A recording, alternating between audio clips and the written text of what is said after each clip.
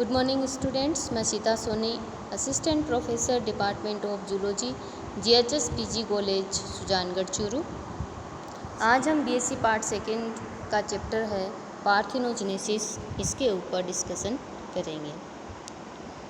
Parthenogenesis जो है, बिना निषेचन के यदि परिवर्धन की क्रिया होती है तो इसे पार्थिनोजेनेसिस या अनिषेक जनन कहते हैं।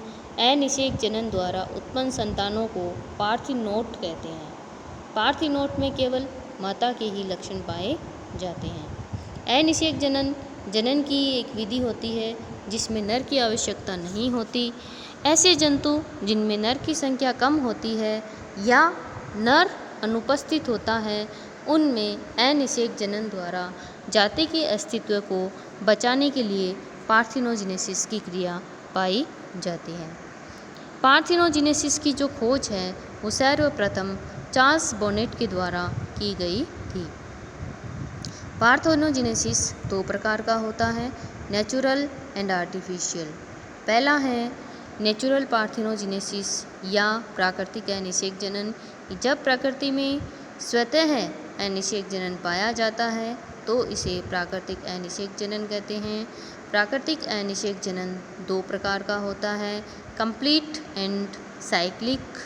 पहला है कंप्लीट पार्थिनोजेनेसिस, तो कुछ जंतुओं में केवल अनिषेक जनन के द्वारा ही जनन की क्रिया पाई जाती है।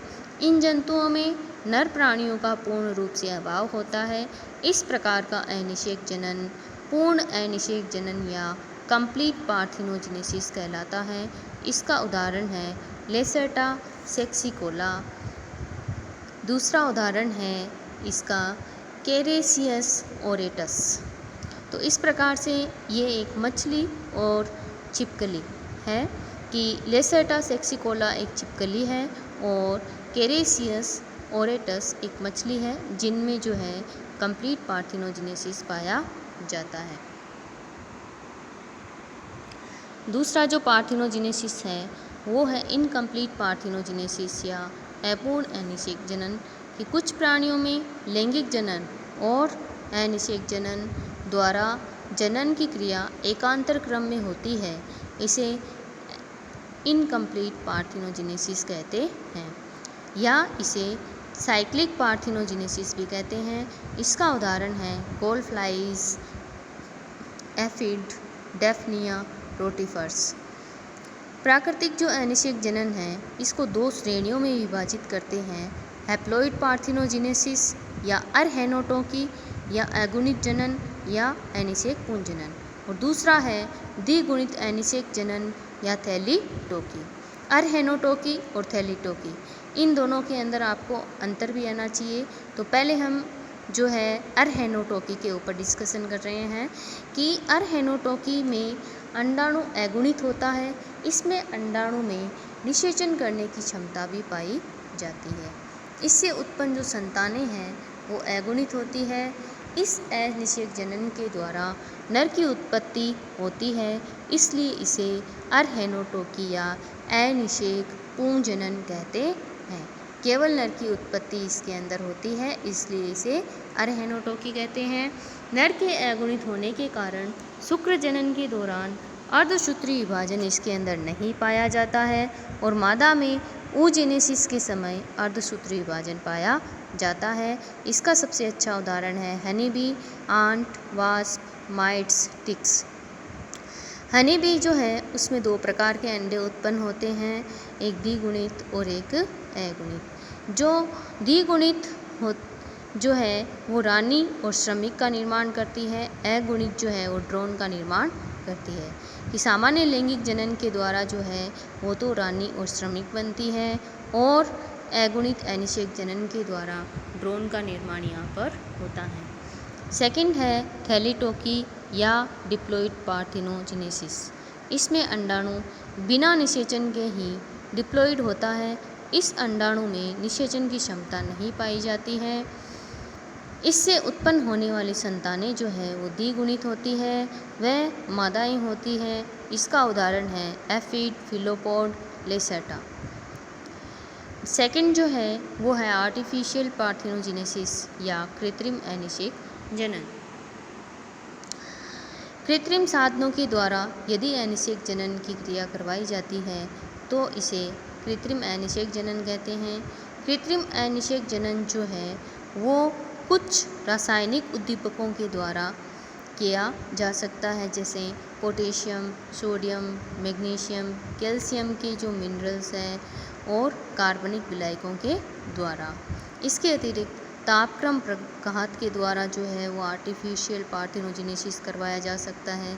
विद्युत उद्दीपन देकर, प्रबल प्रकंपन देकर या सुई के वेदन के द्वारा भी जो है कृत्रिम अनिषेक जनन की क्रिया करवाई जा सकती है। तीसरा जो है वो है गायनोजेनेसिस, कि जब शुक्राणु भेदन करके परिवर्धन को आरंभ कर देता है लेकिन एम्फीमिक्सिस में योगदान नहीं करता तो इसे गायनोजेनेसिस कहते हैं या स्यूडो फर्टिलाइजेशन कहते हैं। गायनोजेनेसिस क्या होता है कि शुक्राणु भेदन की क्रिया तो आरंभ करता है लेकिन इसमें एम्फीमिक्सिस की जो क्रिया है वो नहीं हो पाती है, और एम्फीमिक्सिस की क्रिया नहीं होने के कारण से इसे स्यूडो फर्टिलाइजेशन या मिथ्या निषेचन की क्रिया कहते हैं। इसका उदाहरण है टर्बिलेरियंस, निमेटोड और अर्थवर्म।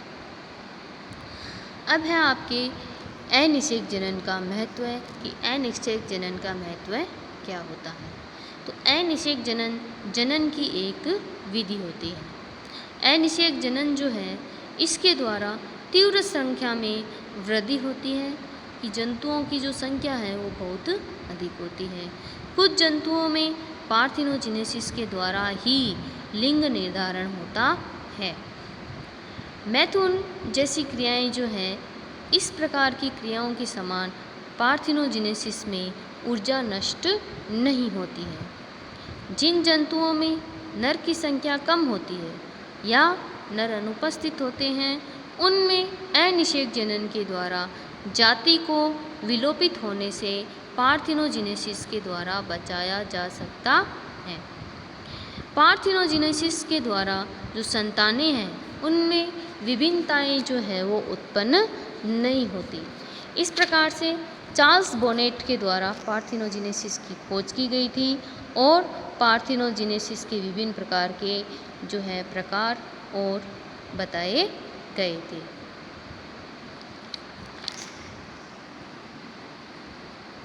पार्थेनोजेनेसिस जो है यदि हम इसको एकदम शॉर्ट में अगर आप देखना चाहें तो जनन की एक विधि होती है जिसमें जो है एक ही जीव के द्वारा जनन की क्रिया संपन्न करवाई जाती है। इसके अतिरिक्त इसमें कृत्रिम और प्राकृतिक पार्थेनोजेनेसिस आपने देखा, और इसमें दो जो शब्द है आपके ये बहुत इम्पॉर्टेंट है, अरहेनोटोकी और थैलोटोकी।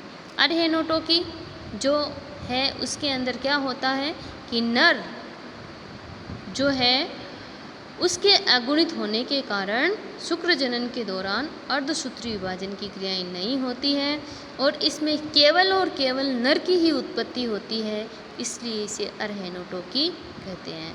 और थैलीटोकी कैसे कहते हैं कि जब जो है अंडाणु बिना निषेचन के ही डिप्लॉयड होता है और इसके अंदर निषेचन की क्षमता नहीं पाई जाती है, फिर इसके अंदर पार्थेनोजेनेसिस की क्रियाएं होती है और इसमें केवल मादाएं ही उत्पन्न होती हैं। इसे जो है वो थैलीटोकी कहते हैं। तो अरहेनोटोकी और थैलीटोकी इन दोनों के अंदर ये दोनों जो है अंतर है। Okay students, good day. Next जो है हम अगले वीडियो में डिस्कशन करेंगे।